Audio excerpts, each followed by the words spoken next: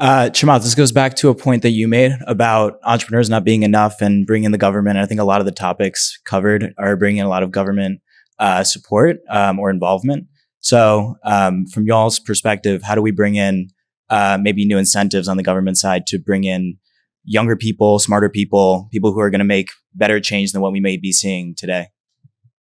I mean, if you look at countries like Singapore, their solution was to elevate the role of government to be so high from a societal value perspective. It was an incredibly respected role.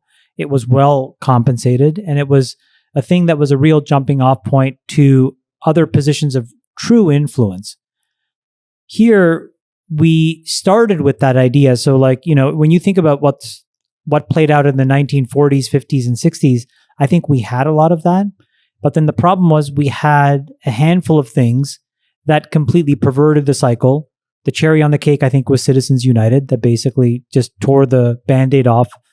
And we are where we are, where it's not clear today that the most intellectually curious people are in government, nor does it even get its fair share. Okay, so what do you do about it? I think that there's an element of it, which is you have to play the game on the field, which is folks like us. What I would encourage all of you to do is, if you're in a position to actually accumulate political power, you have a responsibility to do so, and it is directly correlated with money. And so as you found companies and you get liquidity, you have a responsibility to be engaged, because you will have a louder voice. I'm not saying that it's right. I'm not saying that it's fair, but it's the game on the field. The more you spend, the more time you get with all these folks, and you should use that.